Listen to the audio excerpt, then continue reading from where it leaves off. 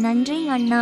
சரியான நேரத்தில் நமக்கு செய்த உதவிக்கு எதை இணையாகச் சொல்லலாம்? உனது இந்த கேள்விக்கு திருவள்ளுவர் செய் நன்றி அறிதல் அதிகாரத்தில் என்ன சொல்கிறார் என்று பார்ப்போம். காலத்தினால் செய்து நன்றி சிறிதெனினும் ஞாலத்தின் மான பெரிது.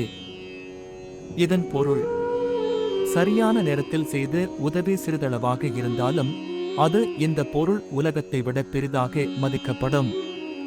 ஏனென்றால் ஒருவரின் வாழ்க்கையில் ஒரு நொடிக்கு முன்னும் பின்னுமாக கிடைக்கும் உதவி பல முறை அவர்களின் விதியையே மாற்றும்.